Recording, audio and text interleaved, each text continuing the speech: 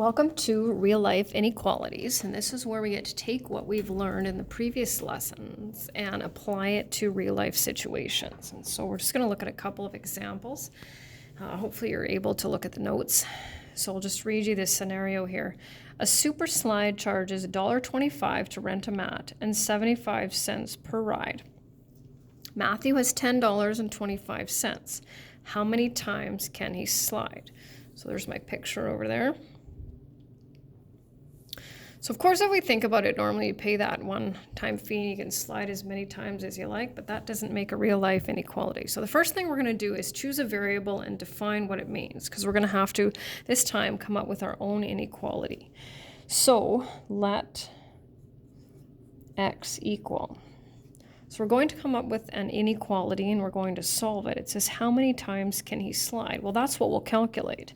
So x will represent number of times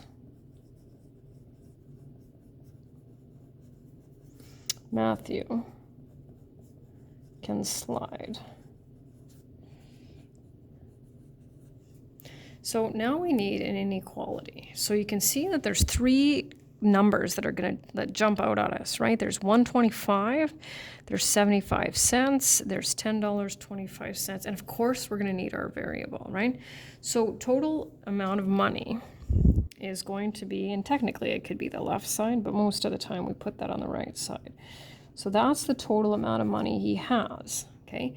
So, and it doesn't matter if you do it from left to right, do right side first and then your symbol, or do left side, right side, and your symbol, right? We just have to think about it. So we're going to need to put our variable with either the 125 or the 75 cents, right? So which of those two numbers is related to the number of times he can slide? Well, if we look at it, it says $1.25 to rent a mat. Well, he needs that to slide, but that doesn't have anything to do with that. And 75 cents per ride. So that's going to go with that. So we'll have 0.75x plus that, right, kind of fixed charge. Now, we have four options, right? We have less than, we have greater than, we have less than or equal to, greater than or equal to. Which one do we need here? Well, he can't spend more money than he has, right? So we have less than. Now, do we include that equal sign? Absolutely, because he can spend all his money. So now we'll solve. So we still want our variable, right? And subtract. So divide both sides by, and x is less than or equal to 12. So Matthew, we need to answer the question, can slide up to 12 times. So when I ask students to graph that, and I am going to do a quick rendition of it, right? They do exactly what we've done before, right? They do the 11, 12, 13, right? Color that, shade that in, and shade all the way down there. And I let them do that, right? Because it's important, that's where your thinking is. And then I say, okay, well, let's look at this real life situation. How many numbers are between 11 and 12? Well, usually the first one students kind of think of as 11.5 or 11.5. Are there any more numbers than that? Well, sure there are, but let's just, can he slide 11.5 times? Nope. What about 10.7, which would maybe be right about here? That's not going to work well, right?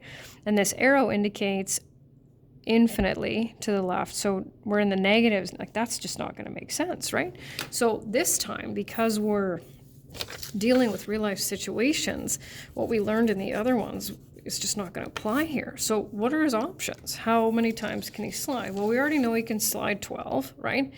And less than or equal to 12. Well, up until when, right? Technically, could he slide 0? Well, if you wanted to rent the mat and just didn't want to slide, which of course doesn't make any sense, but technically he could. So now what we have to do, it's definitely a little bit more work, is we have to write all these numbers. Hopefully I have enough. And they don't need to be perfectly spaced or anything. So 0, 1, 2, 3, 4, 5. Oh, I lucked out. I know you can't quite see that, but anyway. So now I'm going to put a dot here because he can slide 0, 1, 2, 3, 4, 5, 6, 7, 8, 9, 10. There we go. So there are all our, those are all his possibilities. So another scenario, we're just sticking with Matthew here. So Matthew plans to board his dog while he's water sliding. Boarding house A charges $90 plus $5 a day. Boarding house B charges $100 plus $4 per day. So for how many days must Matthew board his dog for boarding house A to be less expensive than boarding house B? So we'll do the same thing.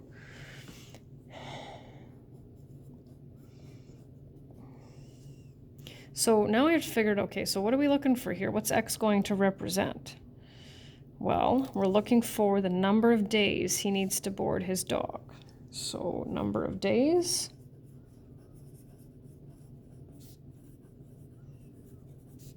Matthew, I know you can't see this, but boards his dog.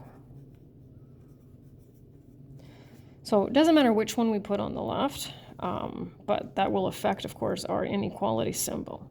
So we can look at this. It says $90, that's the flat fee. We can put that first, doesn't really matter. 90 plus, so $5 per day. So that'll be our, that's where our variable goes. And then 100 plus 4, I'm going to slide that over, 4. So we want to know, we want boarding house A to be less expensive, right? So we just need that to be less money. So now we'll solve.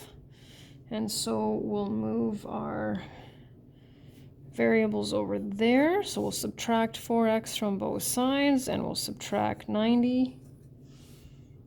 So then we've solved that one. So Matthew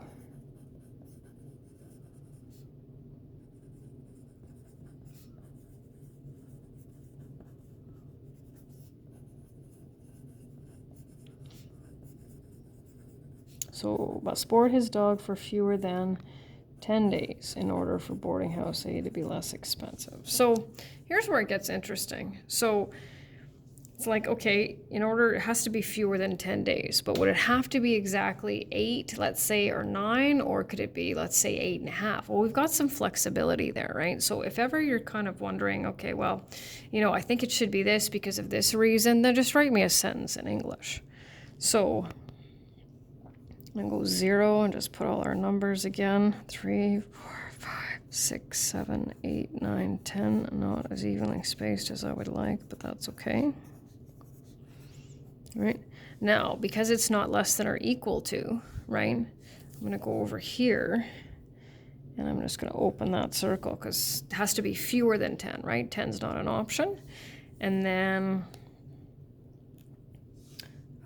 do we go all the way to 0? And that's the thing. Well, you're not going to pay a $90 fee if you're not going to board your dog. So this is where, like I said, it gets a little bit interesting. So if you want to say, well, technically he could pay the $90 and then just take his dog home, right? But he's going water sliding, don't forget. So in between there, and if you think it should be, right, just each day, that's fine. I looked a little bit more like, well, you know, you don't actually have to make it every 24 hours. You're still going to pay per day. So I thought there was a little bit more flexibility there. But if you're ever unsure, then just write me a little sentence and just think, you know, say, well, you know, he's only going to board based on a daily rate. Or I think, you know, he could pick his dog up after 3 1/4 days if he wanted to, right? So hopefully you can see that. And that's the end.